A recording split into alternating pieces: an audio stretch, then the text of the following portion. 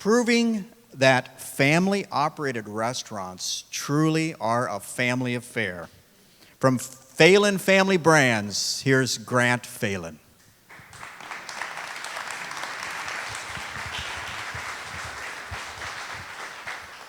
I have to use the mic.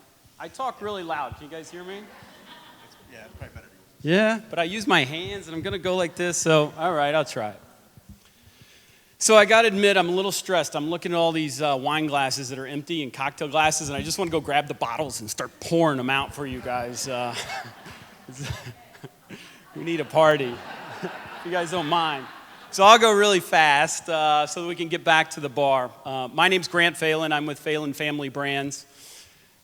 We have 14 restaurants, 3 different brands, a seafood company. And I just want to tell you our story because it didn't always start that way, okay? And I'm going to take you back to 1970, okay? All right, it's a good year, right? So 1970, my father worked for a man named Norman Brinker. And Norman Brinker back then owned a company called Steak and Ale. And he was opening steak and ales in the east coast of Florida, okay? And Norman then went on to open a little company, you guys might have heard it, called Chili's. When my dad left Norman, I don't know if that was the brightest idea, but that's for another story, right? So Norman moved my dad back to Dallas around 1974, 1975, and my dad opened a few steak and ales for him there and decided he wanted to be his own businessman.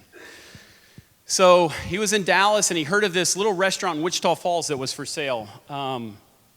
If you've never been to Wichita Falls, don't ever go to Wichita Falls, okay? It's 110 degrees in the summer, it's minus 10 degrees in the winter. Tornadoes and tumbleweeds are real things.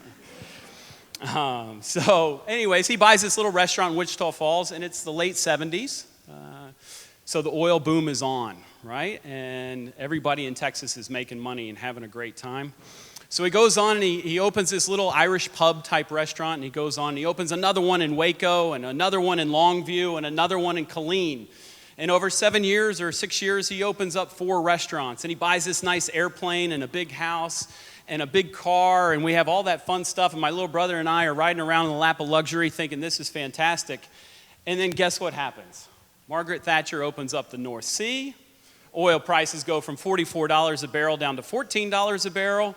The savings and loan scandal happens, and Texas goes broke, right? And our little town of Wichita Falls, Texas, which was 100,000 people, goes to like 70,000 people overnight, and everybody moves out because that's what you do in oil-based communities. And unfortunately, my dad didn't have a choice but to shut down the 4 restaurants all over Texas that he had. And so he said to my mom as they're thinking, well, what are we going to do? He says, where do you want to move? Where do you want to go? And she said, as far away from this place as I possibly can get. So we had Seattle, Washington as an opportunity, or we had a friend who was way down here in Naples, Florida.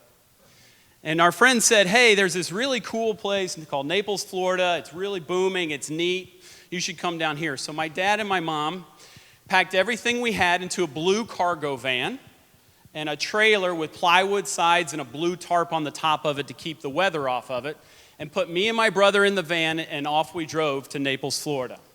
We arrived in 1989. When we first got here, we lived in Beach Walk, a little 1,200 square foot apartment, and believe it or not, it does get cold here once in a while, and it was a December morning. And my dad said to me, hey, Grant, go out and start the van. So I said, and warm it up. And I said, okay. So I go outside, walk back inside. Ha, Dad, where'd you put the van? He said, it's where I always put it. Walk outside, no van. It had been repoed. So we were down to the point where we didn't have transportation. And that's a really tough spot to be. And something that I always remember. And my mom, really took the reins and said she wanted to be a teacher. So she took a job because she didn't have the qualifications to be a teacher in Florida. So she went to work in the superintendent's office as a secretary. And she would work there, and then she would also she would hostess at Red Lobster at night. And my dad was trying to find his niche. what's he going to do? He had 4 restaurants in Texas, was a successful restaurant person, but what's he going to do now in Southwest Florida? So he first took a job with the dock at Creighton Cove as a server. Then he worked for Woolies grocery store in the seafood department, for those of you that have been here a while and remember Woolies right up here in Bonita. Then he did a stint with Hooters for a little while there, and all the while, I was 12 when we moved here, and then when I was 14 and old enough to work, I started bagging groceries at Publix. Then I worked at the Dipperdale, which is the ice cream right next to the Ritz, and then carried bags at an Imperial Golf Course through high school. So I was a football player in high school, get done with high school, and decide I'm going to go to Cornell University in the School of Hospitality, Hotel Administration, because once this business is in your blood, you can't ever get it out of your blood. So I go off to Cornell, played football for 1 year, only a year because I think our high school team here, Barron, would have beaten Cornell's football team there, but that's a whole nother story. And I come home my sophomore year, and we're outside grilling. We lived in a little rent house in Willoughby Acres, and we were outside grilling because that's what my family does. My dad says, "Grant, I have something to tell you." I say, "Okay, what is it?" He said, "Well, I've been diagnosed with advanced prostate cancer, and they've given me 2 months to 2 years to live." It had metastasized into his leg. So as any 19-year-old kid, you're extremely shocked and saddened and upset and didn't know what to do. And my mom was a school teacher. She had gotten qualifications, become a school teacher at that time, and just didn't know what was going to happen. And the next day, we get up, and he says to me, "Grant, what do you think about opening another restaurant?" I said, "Well, I'm in college. We don't have any money. Mom's a school teacher. My brother's in high school. You're about to die, and we don't have any money. So I think for all those reasons, I would say let's not open another restaurant." And he said, "Well, I already signed the lease on this little 1,500 square foot spot in the center of Bonita Springs." And I went, "Why are you doing this to us?" And he said, "It's because I want to leave something behind, something for the family." And so, I started listening to him, and he said, "I have an idea. There's a lot of New York steak places in Naples. There's a lot of Chicago-style pizza places, but what there's not in Southwest Florida," remember this is 20 years ago, "there's not many restaurants that specialize in selling what the Gulf of Mexico has to offer us on each and every day. There's just not that many good quality, fresh seafood places in Southwest Florida." So I said, "Okay, I'll be more than happy to join your dream." And I took a semester off from Cornell to help him build the restaurant. And I actually worked at Daruma's Japanese Steakhouse as a server there. And I would come home at night and put my tips on the bar, and my dad would wake up early in the morning and go to Lowe's and buy the hammer or the nail or the paint or whatever it was that we needed to get the restaurant up and going. Also, my uncle sent him $7,000 to use for cancer treatment that he then took and put into the restaurant, didn't use it for cancer treatment. We just did everything together as a family that we possibly could to get this little restaurant open. In fact, we went to all these yard sales and garage sales. I'm a professional garage sailor, if anybody wants to come with me. We bought all the decor, water skis, and garage sales. I'm really good at dumpster diving. Anything that we could do to get the restaurant ready. So one day we're at the restaurant, and we're getting closer to opening, and we're trying to decide what we're going to do for tables. And we're there with our 76-year-old carpenter who was helping us build, and we're standing out back, and my dad said, "I want oak tables." The carpenter laughed at him and said, "You can't afford oak tables." So we're standing there, and we look over behind Bell's, and there were all these pallets stacked on top of each other. And my dad said, "Is that oak?" And the carpenter laughed again at him and said, "Yes." He goes, "If you pull," the carpenter to my dad, "if you pull every one of those nails and every staple out of those pallets, I'll plane them and turn them into tables for you." And that's still today, our original tables are in the original restaurant with those tables. So, yeah. So the name of the original restaurant, so the dream became a reality on October 15th, 1997 for us. And it's Pincher's Crab Shack. We opened Pincher's in 1997, right up in the center of Bonita Springs. 12 tables, 1,500 square feet, 6 team members. Back then we called them employees. Now we call them team members because that's what we are, is one big team. I stayed working at Daruma's because when we first opened, we would only do about $600 a day. And I could make way more money at Daruma's. And my mom would continue to be a school teacher. And she would come and host us at Pinter's at night. And then I remember in the fall, we opened October 15th, which coincidentally happens to be the start of stone crab season too, right? So it's a big day for us. But when we got our first write-up by the Naples Daily News, and they gave us 3 stars for ambiance. I mean, we're in a strip center, come on. They gave us 3.5 for food, and they gave us 3.5 for service. And our sales shot all the way up to $1,000 a day. And that was a really big deal. And I'll tell you, it was a big deal because then we could eat. And you don't think about that, but food cost is expensive, right?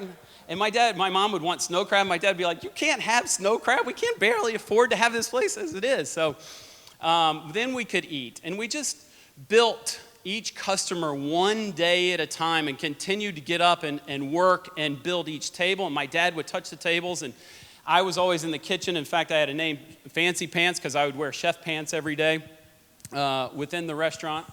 And we just built it one customer at a time. And we didn't have a choice. We had to, because for those of you that are in Bonita or know Bonita, next to us was a pet store, okay?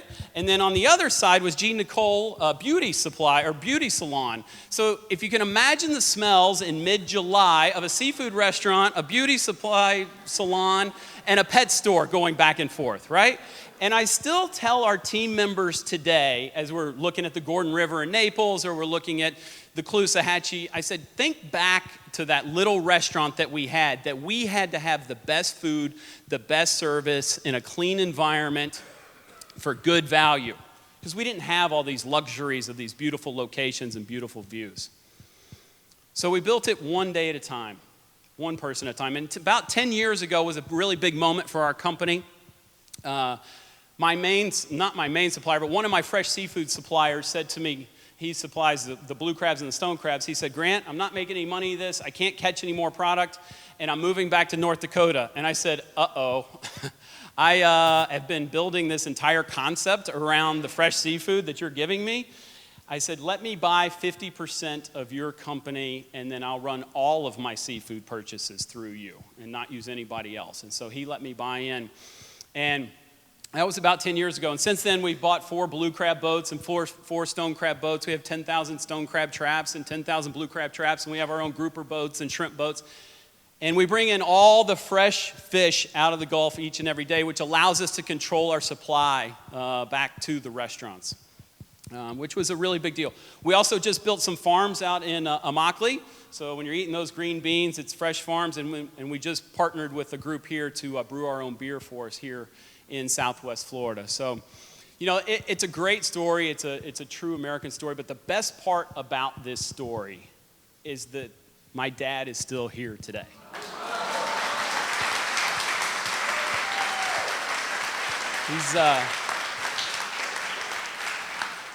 He's still here today. Doctors won't say that his cancer's in remission. They say it's sleeping, 20 years of sleeping. That's great, right? You know, if you ask him, what are the 2 best things that have ever happened to you in your life, you would expect he would say, well, you and your brother, right? But he doesn't. He'll tell you the first best thing that ever happened to him was going broke in Texas. Because if he doesn't go broke in Texas, he never moves to Southwest Florida, into this paradise we live in here. And the second thing he'll tell you is that the best thing ever happened to him was getting cancer. Because it was God's way of telling him and motivating to get up and get going again. You know, and our story is pretty basic and simple, but I hope when you drive by Pinter's, or now we have Deep Lagoon Seafood, and we also have Texas Tony's, I hope when you drive by those or the billboard on 75, you don't think of us as a chain, because we're not a chain. We happen to be a small family-owned business that has multiple locations, and we're just very honored to get to be a part of Southwest Florida. So, Dad, if you'd stand up, I'd like to give you a round of applause, and Mom too.